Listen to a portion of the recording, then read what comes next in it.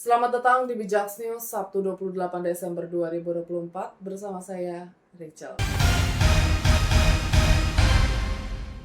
Informasi pertama, terdakwa Budi Said selaku pengusaha yang kerap dijuluki Crazy Rich Surabaya menjalani sidang putusan atau vonis majelis hakim di Pengadilan Tindak Pidana Korupsi atau Tipikor, Jakarta pada Jumat 27 Desember.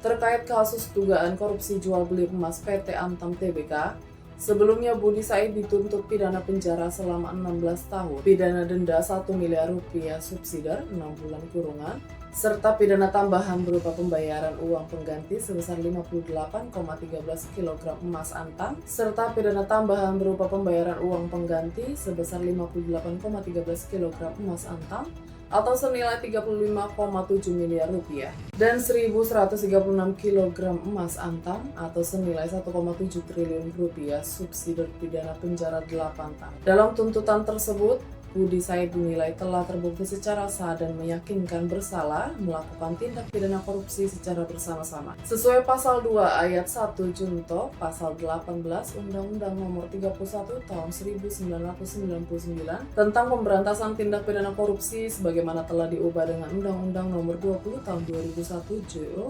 Pasal 15 ayat 1 ke 1 JO, Pasal 64 ayat 1 KUHP. Selanjutnya, Menteri Koordinator Bidang Politik dan Keamanan atau Menko Polhukam, Budi Gunawan mengingatkan masyarakat dan aparat keamanan untuk mewaspadai peredaran uang palsu.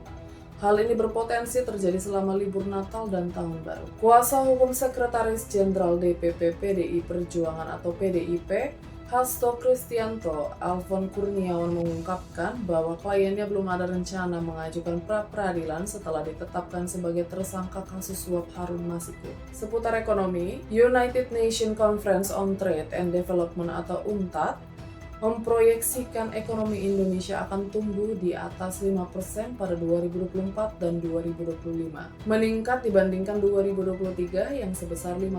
Pertumbuhan ini didukung oleh penurunan biaya pinjaman dan peningkatan ekspor, meskipun sedikit lebih rendah dibandingkan proyeksi tahun ini yang mencapai 4,5%. Beralih ke daerah, seorang petani di Desa Madupat, Kecamatan Camplong, Kabupaten Sampang, Madura tewas tersambar petir. Insiden maut ini terjadi saat korban menanam padi di sawah. Korban langsung dibawa ke rumah duka untuk dilakukan proses penguburan. Informasi luar negeri, sidang pemakzulan Presiden Korea Selatan Yoon Suk Yeol resmi dimulai pada Jumat 27 Desember di Mahkamah Konstitusi. Sidang ini akan memutuskan apakah Yoon akan dicopot atau dipulihkan jabatannya setelah ia dimakzulkan oleh parlemen pada 14 Desember. Pemakzulan ini terkait dengan upaya Yoon yang gagal dalam memberlakukan darurat militer di negara tersebut. Sugeng Natal lan Taun Anyar, mugi Gusti memberkahi. Sampai bertemu di informasi bijaks berikutnya.